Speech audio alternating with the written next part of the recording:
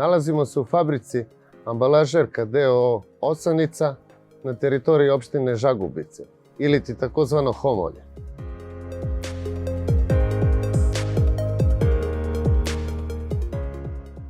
Fabrika ovde postoji, ovo je 8. godina, bavi se preradom drveta u drvne elemente za proizvodnju gajbica, od čijih drvnih otpadaka proizvodimo pelet.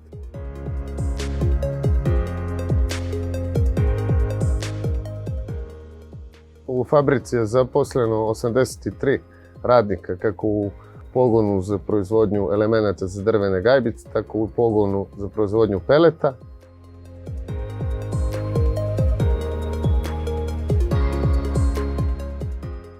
Našim proizvodima snabdevamo Srbiju i izvozimo u nekoliko različitih zemalja.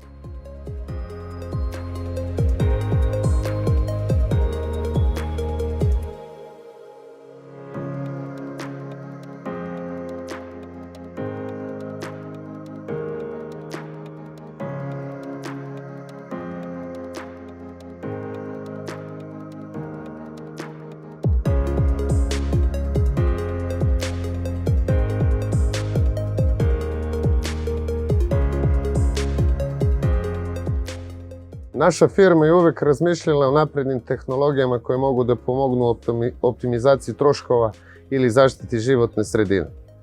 Kroz saradnju sa kompanijom Energize, na efikasan način mi smo primenili oba dva principa. Kroz izgradnju solarne elektrane za sopstvene potrebe na krovovima naših objekata. Ekološko osvešćavanje je danas od velike važnosti i ovo je naš veliki korak za zeleni doprinos na koji smo veoma ponosni. Hvala Energize-u na uspešnoj saradnji i nadamo se i budućoj.